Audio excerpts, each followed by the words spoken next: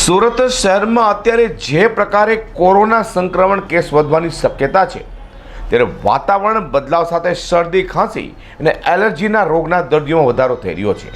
હાલ 2 કેસ આવ્યા હતા, તેમાંથી એક મહિલાનું કોરોનામાં મોત થવા પામ્યું છે. સુરત પાલિકાના ડેપ્યુટી કમિશનરે સ્વીકાર કર્યો હતો કે હાલ સિટીમાં કોવિશિલ્ડ રસીનો સ્ટોક નથી. સુરતમાં હાલમાં ઋતુમાં બદલાવ આવતા દિવસે આકરી ગરમી અને રાત્રે અને વહેલી સવારે ઠંડી હોવાથી શરદી, ખાંસી અને ફ્લૂના દર્દીઓની સંખ્યામાં સતત વધારો થઈ રહ્યો છે. આવામાં કોવિડના દર્દી હોવાની શક્યતાને પગલે પાલિકા તંત્ર રોજના ટેસ્ટ કરી રહ્યું છે. અત્યાર સુધીમાં કોવિડના પોઝિટિવ દર્દીઓ આવતા ન હતા, પરંતુ હાલમાં એક સાથે 2 પોઝિટિવ આવ્યા છે. હાલ જે સ્થિતિ છે તે જોતા આગામી નજીકના ભવિષ્યમાં પોઝિટિવ દર્દીઓની સંખ્યા ડબલ ડિજિટ પર પહોંચી જાય તેવી ભીતિ વ્યક્ત થઈ રહી છે. સુરત મહાનગરપાલિકાના ડેપ્યુટી કમિશનર ડોક્ટર આશિષ નાયકે જણાવ્યું હતું કે કોરોનાથી જે મહિલાનું મોત થયું છે તે મલ્ટિપલ ડિસીઝથી પણ પીડાતી હતી. ધૂળેટી બાદ કોરોના સંક્રમણ વધી શકે છે. ટેસ્ટિંગ માટેની પૂરતી તૈયારીઓ કરવામાં આવી છે. કોવેક્સિન પૂરતા પ્રમાણમાં ઉપલબ્ધ છે, પરંતુ કોવિશિલ્ડ વેક્સિન હાલ ઉપલબ્ધ નથી. પરંતુ ટૂંક સમયમાં તેનો પણ પૂરતો જથ્થો આવી જશે. લોકોને વારંવાર અપીલ કરી છે, પરંતુ વેક્સિન લેવા માટે લોકો રસ દાખવતા નથી.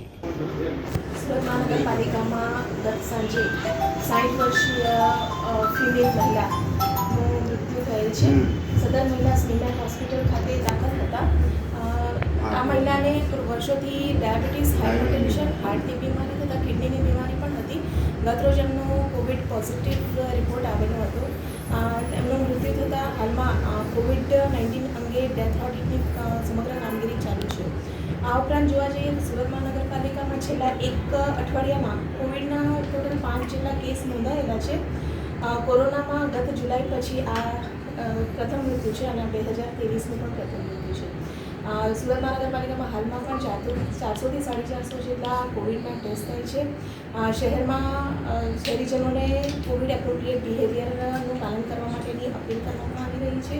તથા કોઈપણ શહેરીજનો કે જેમને કોરોનાના લક્ષણો જેવા કે શરદી, ખાંસી, તાવ વગેરે જેવા લક્ષણો હોય તો તમામ urban health centres, SMIMER, Maskati hospital ખાતે કોવિડ અંગેના સેમ્પલિંગની તથા સિમ્પ્ટોમેટિક સારવારની સુવિધા પણ ઉપલબ્ધ છે.